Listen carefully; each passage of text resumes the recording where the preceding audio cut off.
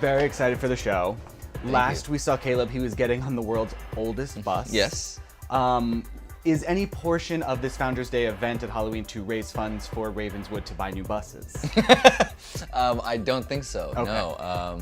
It's an archaic system they seem to have going for them. It is. I think that Ravenswood is a little stuck in the past. But in like a fun, creepy way that I feel like works really well for the show. Absolutely. I mean, that's the foundation of the creepy factor. I mean, you know, everyone is talking about Ravenswood and how it's darker and scarier. I mean, you've, as one of the few people who's actually read scripts and knows what the show is about, like, get honest with us. How scary is this show? It's really creepy. It's actually scarier than I thought it was going to be. Really? Yeah. It's also intense. I mean, I really feel like people are going to have nightmares.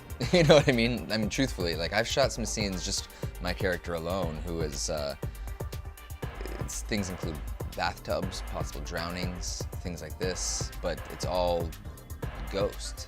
So it's like, it's creepy. You don't see anything, but things are happening, and then you start to see some things, and that's I mean, creepier. I don't know how much sympathy I have for Caleb because he has chosen to live and work in a mortuary. He's so smart, but he's so dumb. No, I'm just kidding. It's an odd choice. I mean, if there's ghosts, I'm not gonna be like, well, I should then live where all the dead people are. Right. But I mean, what makes him want to live here? Is it part of sort of trying to figure everything out? Is it necessary evil?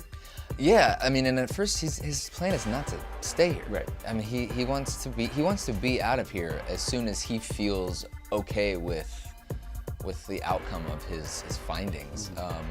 But I think what starts to happen is that more happens than he was anticipating, and a lot is revealed that you can't just run away from that.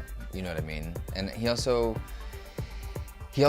starts to form bonds with some people because they share this reality of this curse, and you can't really just run from that. And I think that Caleb is naturally sort of, he's a protector, and he wants to help, and he wants to sort of, he wants to be there for people, you know? And so his instincts keep him around. All right, living in a mortuary. Since he didn't plan to stay in Ravenswood, is there like a long sequence where we watch him buy a lot of clothes? No, and we've talked about that too. I mean, he has his backpack with him. Right. Is it like Mary Poppins' purse where it's just like bottomless and there's just tons of like I think he has Henleys in it yeah, and like he has cool pants? He has different types of boots, I think in there. Yeah, lots of hair products. Perhaps this is actually the magic and the supernatural element of the show. It really stems from the fact that he doesn't need to buy clothes. He just appear. They do. Yeah, he just goes. And he has a bitchin' new outfit on. Well, speaking of, you know, New Orleans is an amazing city to have a supernatural show set in.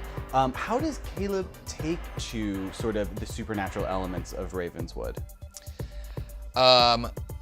At first, not very well. I mean, he's skeptical. He doesn't really believe in that. You know, he makes it known that he doesn't believe in that. You know, he does not believe in life after death.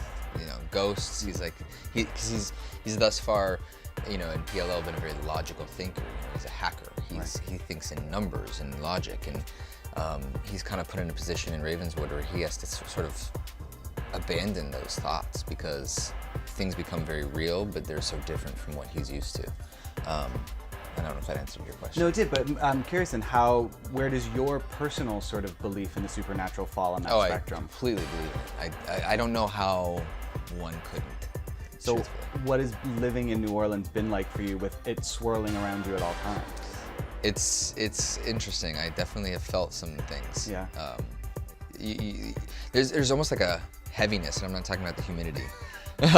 It's in certain areas. I would say the French Quarter, as kind of touristy and fun as that can be, I feel like a lot has gone down there, you know, and I think you feel that energy. Speaking of the humidity, which is pervasive. Yeah, I know you guys don't know this because you're just watching. It is real hot here. But I mean, how does that impact filming? I mean, are you constantly like, you know, I really think Caleb should be wearing shorts and a tank top in this scene, not this three-piece suit and jacket? Well, it's one of those things as an actor that you have to just deal with. To act like it's not really, really hot. And they buy a lot of duplicates of shirts. I wear a tank top underneath my t-shirts to soak up the sweat so it doesn't come through the shirt. But then once that starts to happen, then I got to change both. It's, you know, it's surprisingly not been as distracting as I thought it would be, because I guess it's like as soon as it's action, you just go. But it's hot.